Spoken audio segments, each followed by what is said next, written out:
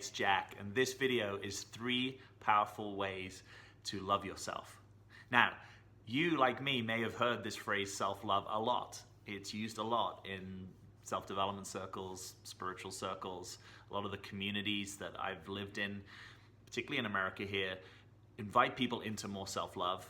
And I gotta admit to you, when I first heard this phrase, I didn't really get it. And it actually took quite a while for me to get it. So maybe you fully get it, maybe you don't. Either way, I want to encourage you to stick around, because I think I've got some practical strategies in this video that will really help you. So the first way that you can love yourself is actually the way that I came to understand more fully what self-love was. The first way that you can love yourself is to do something for yourself. To do the thing for yourself that if you saw someone else that needed help or that you were loving them, that you would want to do for them. Right? If someone comes to you with back pain and you would go and get them some cushions, help them arrange on the chair so that they're comfortable, maybe get them something to drink or make them a meal or encourage them to put their feet up, all of that can be applied to yourself. And if you're a giver, if you're someone that tends to help people and you tend to be over there, this is where self-love is the real medicine. It's for people whose normal pattern of attention is over there with other people. And you've got to learn how to bring that back over here into yourself. So one of the ways that you can do that is just to do something for yourself. Run yourself a bath, put some Epsom salts in it, light a candle, put on your favorite music, take some time out, go for a stroll, go for a getaway or a weekend or a little trip that would feed you, right? Part of loving yourself is actually putting attention on yourself. Part of loving yourself is doing the thing that would be in your best interests. Right? One way of thinking about loving another person is that you do what's in their highest interests. So part of loving yourself is that you can start to do what's in your interests. And sometimes it takes really slowing it down and unplugging, pulling out your journal and getting a bit deep with yourself to know what those things might be. If this isn't a habitual pattern for you, your mind may go blank when you think about, well, what do I really want? What do I really care about?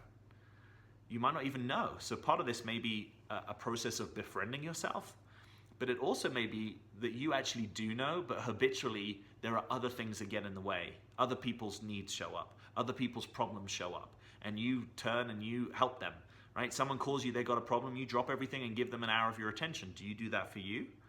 Someone calls you and they've got back pain, you go around and help them sort the thing out. Would you do that for you? So you start to set different orientations and standards to yourself. You know, the needs of other people aren't necessarily more important than the needs of you. And if you habitually over-prioritize other people's needs, we can probably categorically say that your needs, putting attention on your needs, is more important than putting your attention over there, because it's the thing that will actually allow you to be truer and more essentially yourself. Right? That there's a part of you that you're keeping offline because you're putting so much attention over there with other people. Now, I'm not one of these people that says, you know, all giving to other people, all helping other people, this is bad, put all your attention on yourself. No, pro-social behaviors are awesome. Helping other people is awesome. We are stronger together. We are a deeply social species. We need each other. We wouldn't be around existing as a species if we didn't have these deep social bonds. So I'm all about helping other people.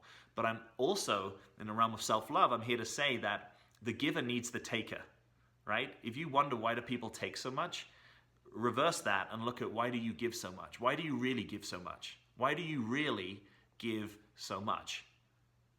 Do you do that because you're just so much in your heart? Maybe. Do you also do it because at times it's strategic? Do you also do it to have people like you? Do you also do it to win people's approval? Do you also do it to ingratiate yourself to people, particularly perhaps people of influence and power?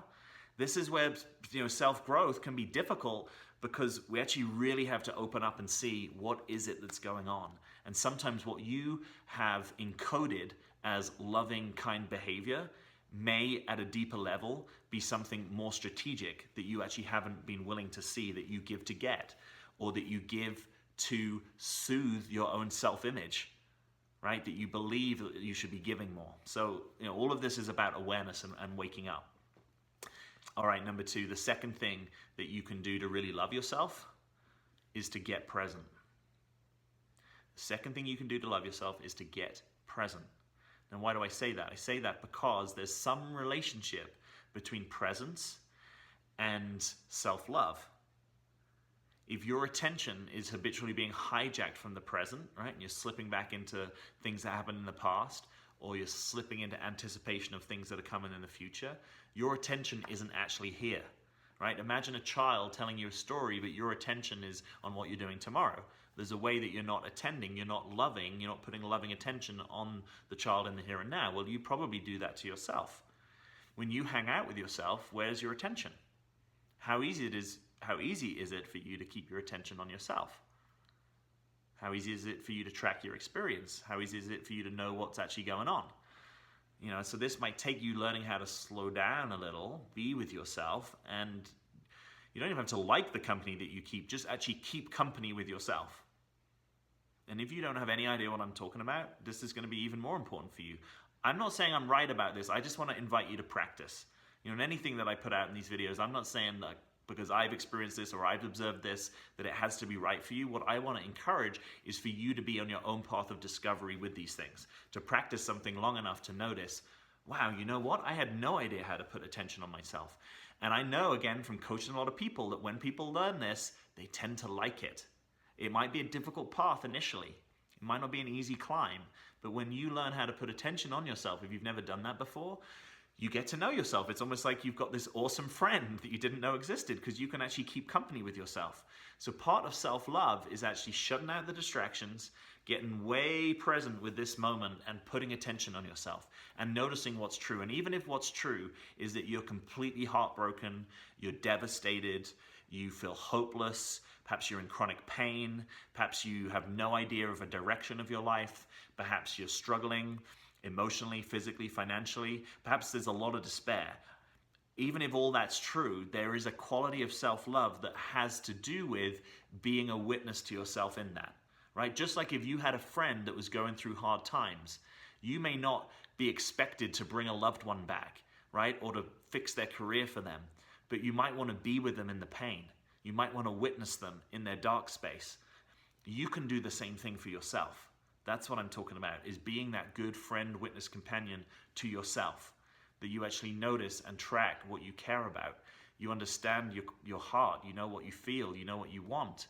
And if you listen to this and you're like, those things are hard, I get it, they can be, but they don't get any easier by not putting attention on yourself. You don't get to love yourself more by hijacking your attention into the future or back into the past.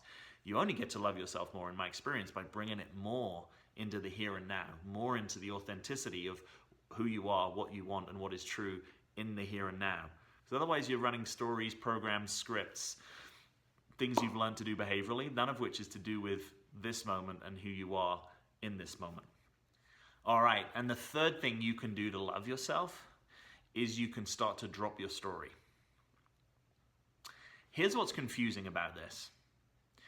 Sometimes to develop, we need to create a more empowering story, right? If we were in a difficult spot, perhaps we had a difficult upbringing, perhaps we had unsupportive parents, or perhaps we've had to hold down 3 jobs, or we've been abused, or we've got trauma, or any number of dark and difficult things may have happened to us. And sometimes to further our lives, to kind of bootstrap ourselves into something better, we have to create a more empowering story, right? So the more empowering story might be, I've been so hurt so that I can help other people, right? Or I will take the pain of the world so that you don't have to, or the more life has given me lemons, I've made lemonade, the sort of classic motivational speaker perspective. So all that's well and good. Here's another perspective that might be valuable, which is sometimes the story you have on yourself starts to be a barrier to your own self-love. Because what it might mean is that you are only willing to love yourself if you are within a certain context or container of behavior, right? So you love yourself when you perceive yourself as good, as pure, as innocent, as loving, as kind and compassionate. But you might reject yourself or criticize yourself when you're angry, when you're sad, when you're resigned, when you're hopeless, when you're apathetic, perhaps even when you're hateful. Now, part of being a mature adult on a path of development, in my experience, is that you start to notice that you are not just the light side of the equation, right? That you notice that as a human, even if they're not forefront, you might have a lot of these other things in you. The part of being human is actually the ability to be whole in all of these experiences. The part of being human in self-love is that you can love yourself even whilst maybe you're being self-critical, or maybe you're actually experiencing some hatred.